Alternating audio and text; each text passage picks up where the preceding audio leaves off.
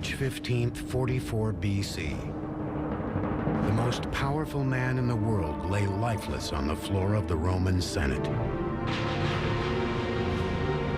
As a general, he nearly doubled the size of the Roman Empire. As a politician, he engineered a stunning rise to power. But now this battle-scarred warrior had been slain in Rome and by Romans. His name was Gaius Julius Caesar. Caesar's rise to power was predicated on him wanting to have the best standing in the Roman state. He seemed to want too much power for himself. He did not share power with others, and this was what led directly to his assassination. Decades earlier, as an ambitious young general, Caesar had recognized that the road to glory in Rome began on battlefields far from it. His thirst for military conquest would spawn the construction of one of Rome's most intimidating feats of engineering.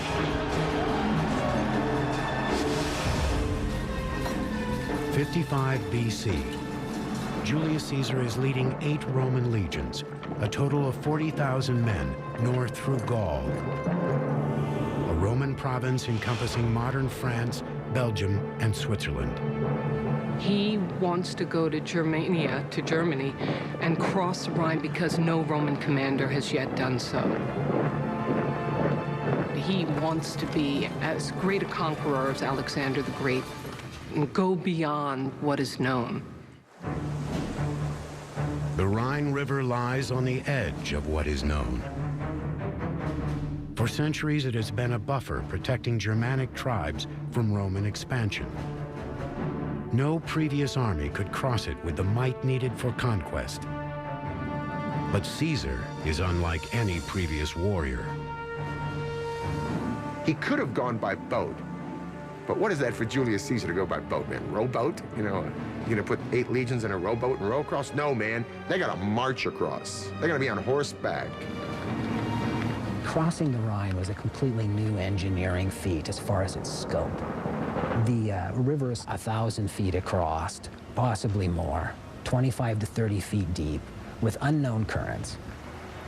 Caesar and his engineers had to come up with a plan for a bridge that would be not only immensely strong, but immensely stable, and be large enough to be able to march a legion across. The bridge would need to be 4 football fields long and sustain the weight of 40,000 soldiers. Despite the Rhine's width, depth, and strong currents, Julius Caesar is determined to succeed. To cross a river that size with a bridge is something which plays well with an audience back at home, but of course it's something that plays extremely well with the audience standing on the other side of the river, who are going to be awestruck when they see this happening.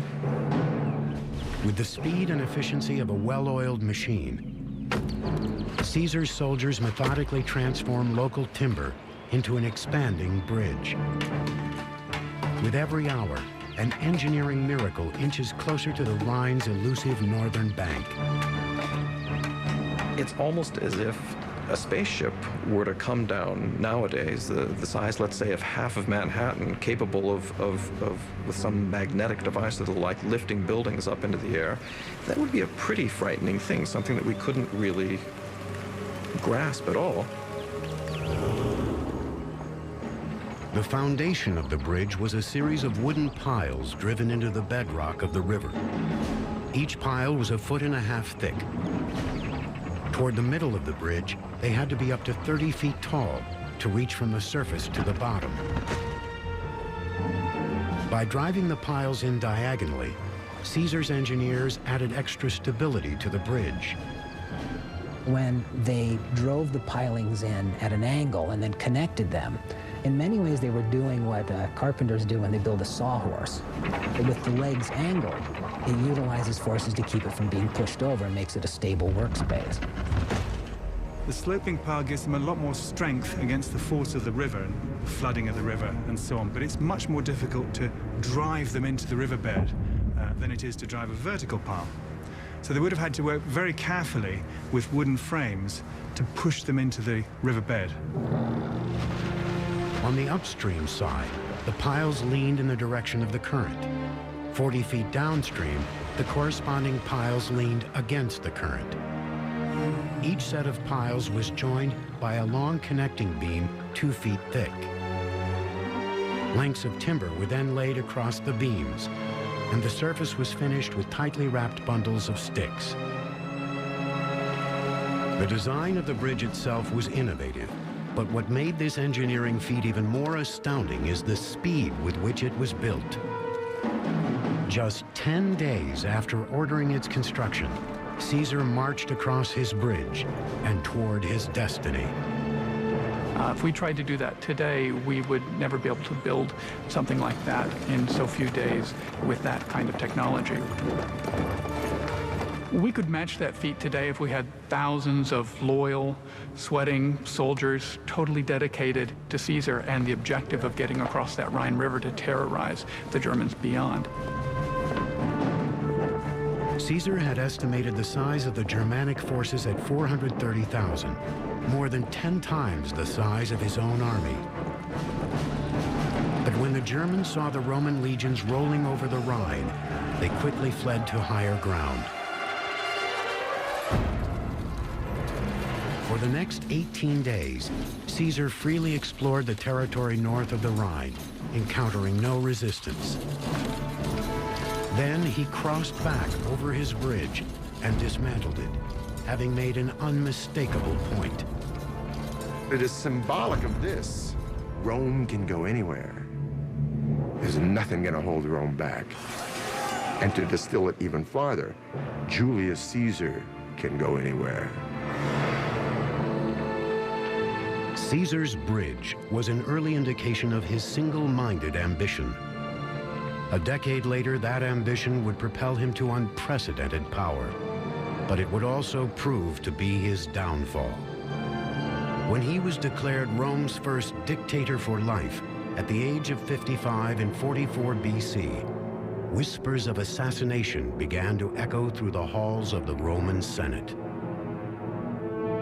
He makes certain moves that suggest that he might want to have been worshipped as a god, that his ambition really goes so far beyond the limits of what the Romans themselves, and in particular Roman senators, felt to be acceptable, that he was assassinated. In life, Julius Caesar forever altered Rome's political landscape. In death, he would embody both the potential and the peril of absolute power. When Caesar was assassinated, there was no guarantee that anything would happen except that Rome would fall apart completely. Caesar's reign was a major turning point in Rome's political history. His conquest of Gaul greatly expanded the reach of Roman influence. His consolidation of power marked the death of the Roman Republic, ruled by democratically elected senators and consuls, and the birth of an empire in which tyrannical emperors could rule with absolute authority. Some would use their power to build magnificent engineering marvels. The vanity, excess, and ignorance of others would push the empire to the brink of destruction. Through it all, Rome would grow into the most powerful and technologically advanced civilization the world had ever seen.